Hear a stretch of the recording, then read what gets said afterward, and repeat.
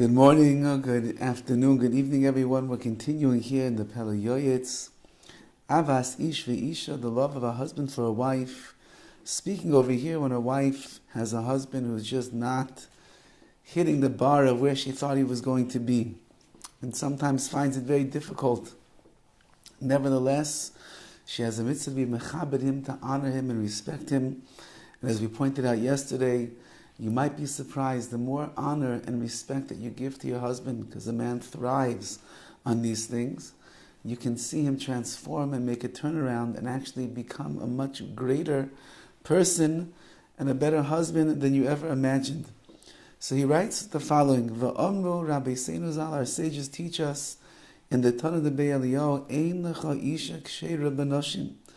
There is no more kosher woman, no more woman of kashrus, not kashrus in the food, but in kosher in her ways. Elamisha oiser etzayim baila, rather than the one who does the ratzon, the will of her husband.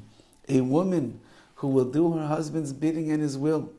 A woman that will try to acquiesce to the needs and the wants of her husband, even though, as we pointed out, he might not be what we would call worthy and redeeming in her own eyes to do such a thing.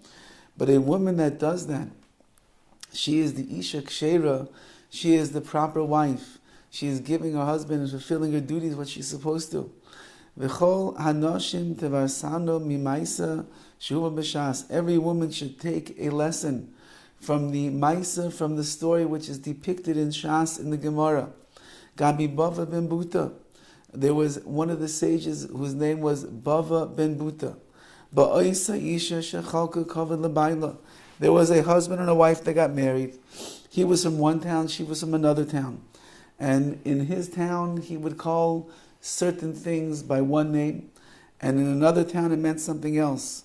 So the story goes in the Gemara over there that he asked his wife to go and take the melon, or I think it was a lamp fixture, and go and break it on the bava, which really meant go and break it on the threshold of a door. However, his wife, she was trying to be a good wife. She didn't understand what her husband was saying, and she thought what he meant to say was go and break this on the head of Bava ben Buta, of this great sage. So lo and behold, says the Gemara, what ended up happening? Vehiksa al roish Bava ben Buta. This woman took this lamp fixture and she went and she smashed it on the head of Bava ben Buta.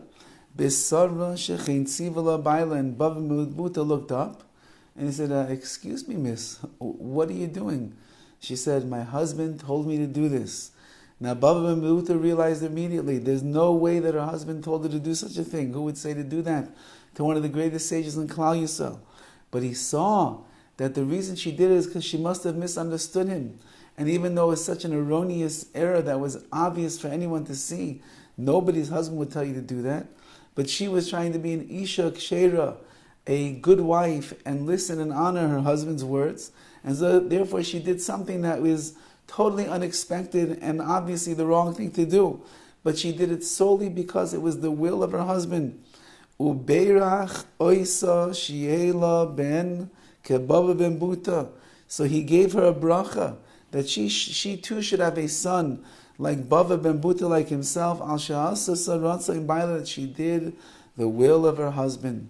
So you see that Bava ben Buta held that a wife, that even if she doesn't understand, even if it seems to be wrong, even if her husband is asking her to do something, which in this case is inexplicably the wrong thing to do, but I want to honor my husband, I want to make sure I follow through with his words.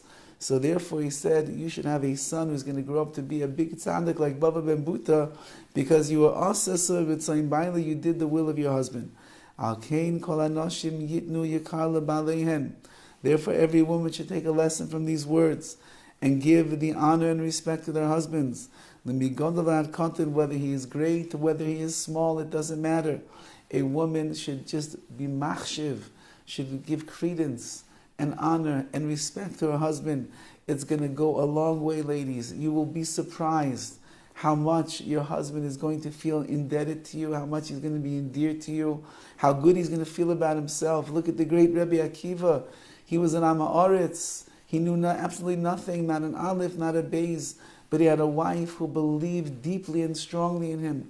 And she told him, if you'll go and you'll learn, and you'll become from the greatest Talmidei Chachamim of the generation, for sure, I, the richest woman in the world, I will marry you right now without any qualms or any doubts.